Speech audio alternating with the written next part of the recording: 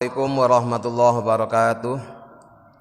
Bismillahirrahmanirrahim. Alhamdulillahirabbil alamin. Wa bihi nasta'inu ala umuri dunya waddin. Assalatu wassalamu ala asrofil anbiya'i wal mursalin sayyidina wa maulana Muhammadin wa ala alihi wa ashabihi ajma'in, amma ba'du. Hadirin ma'asyiral muslimin hafizakumullah.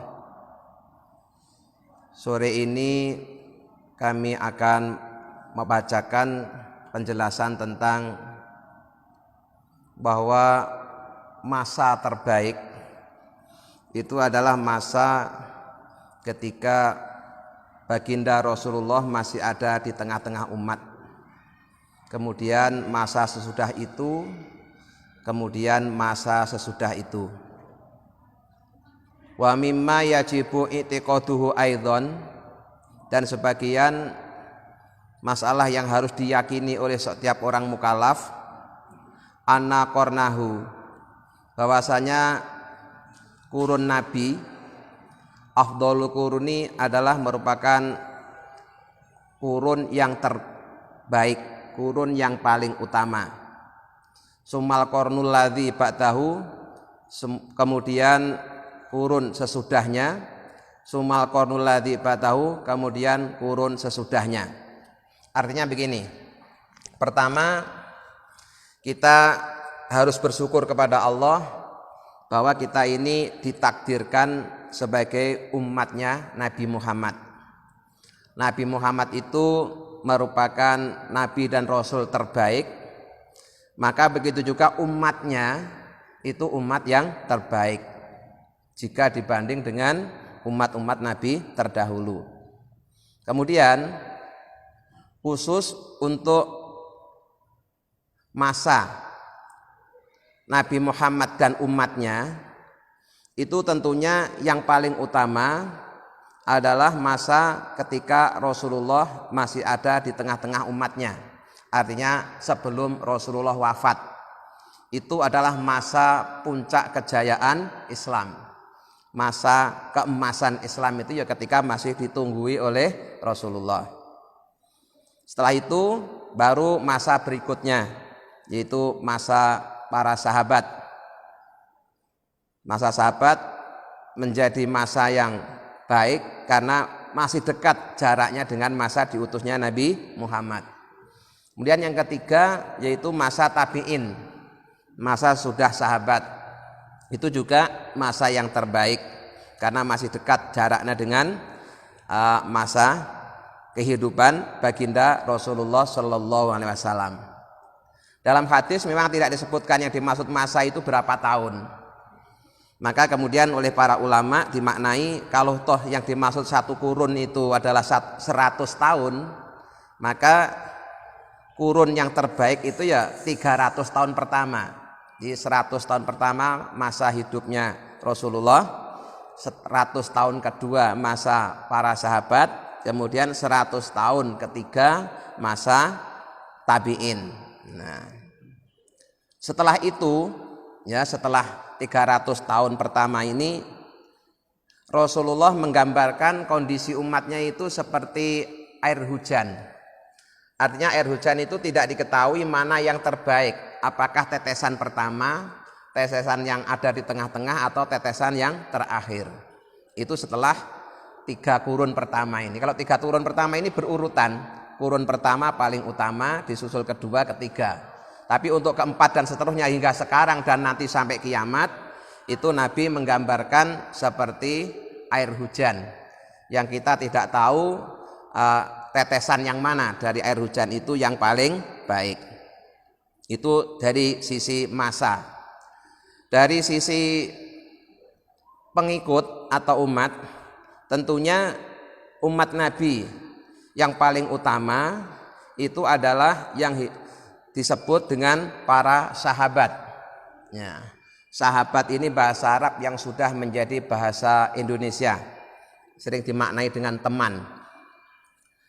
Namun demikian kita harus paham dan tahu apa yang dimaksud dengan sahabat Nabi.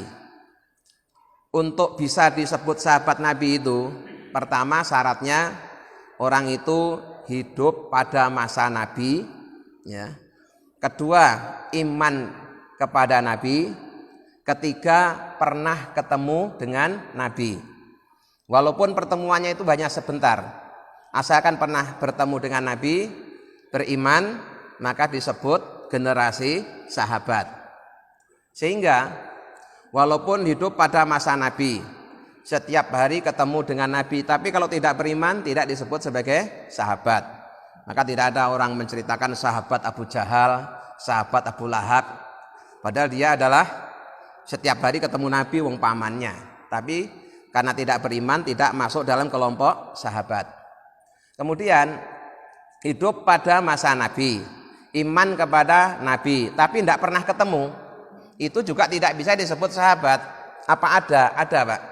Ya, hamba Allah yang hidup pada masa Nabi, ya, kemudian iman kepada Nabi, tapi sampai Nabi wafat dia belum pernah berhasil ketemu dengan Nabi, yaitu Uwais Al-Qarni.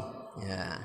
Uwais Al-Qarni itu sebenarnya ya sudah beriman pada saat Nabi masih hidup, ya, dan juga kepingin untuk ketemu, tapi setiap kali pamitan sama ibunya itu digandolin sama ibunya.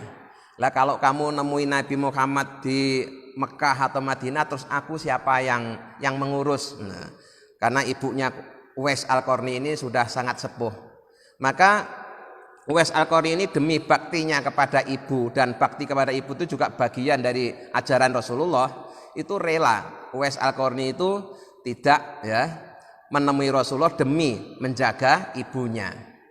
Sampai Rasulullah wafat, Uwais Al-Qarni belum bertemu dengan Rasulullah.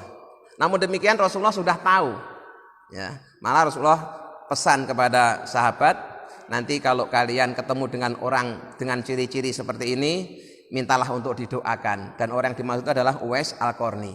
Maka sahabat yang sangat getol mencari-cari Uwais Al-Qarni itu adalah sahabat Umar bin Khattab, karena dia sudah mendengar info dari Rasulullah bahwa ini orang hebat, nah, orang yang sangat berbakti kepada ibunya.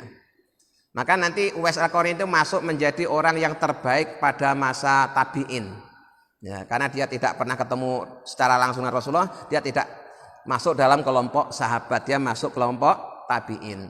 Di tabi'in terbaik itu adalah Uwais Al-Qarni. Jadi untuk umat Rasulullah yang terbaik adalah sahabat, kemudian tabi'in, kemudian tabi'in dan seterusnya.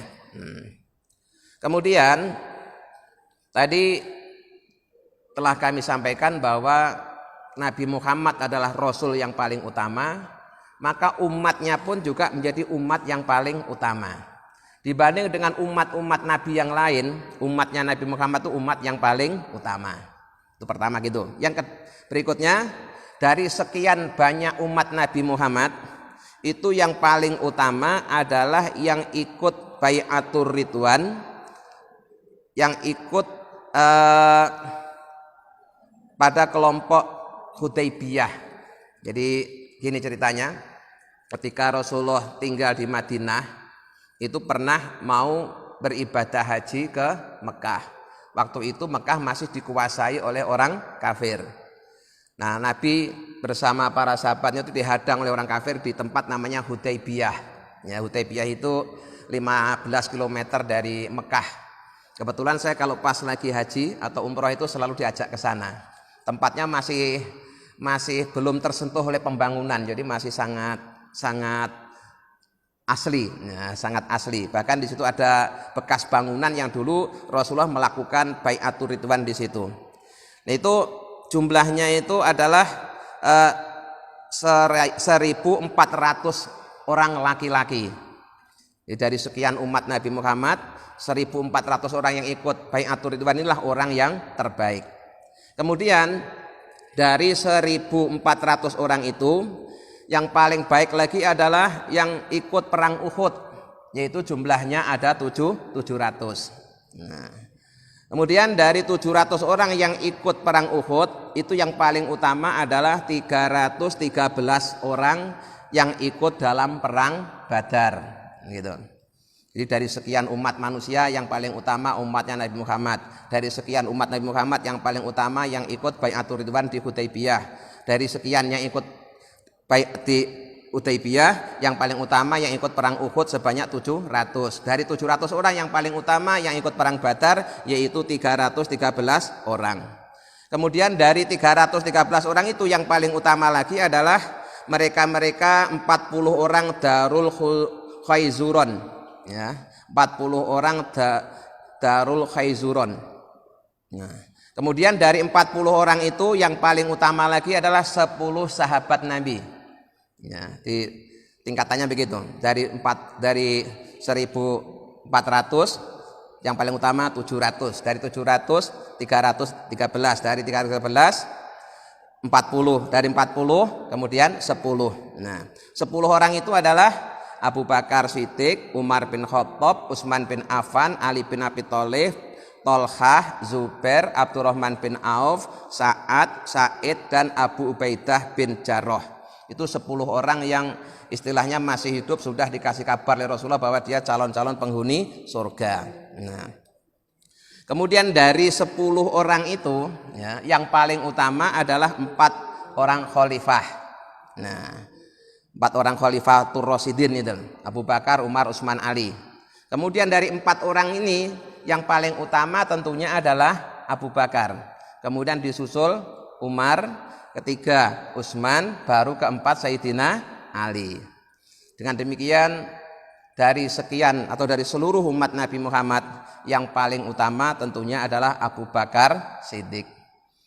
Baru berikutnya Umar bin Khattab, Utsman bin Affan, Ali bin Abi Thalib, 10 orang yang diberi kabar gembira dengan surga, kemudian 40 orang yang masuk dalam Darul Khaizuron, kemudian 313 orang yang ikut perang Badar, 700 orang yang pernah ikut perang Uhud, dan berikutnya yaitu 1.400 orang yang ikut dalam Bai'atur Ridwan.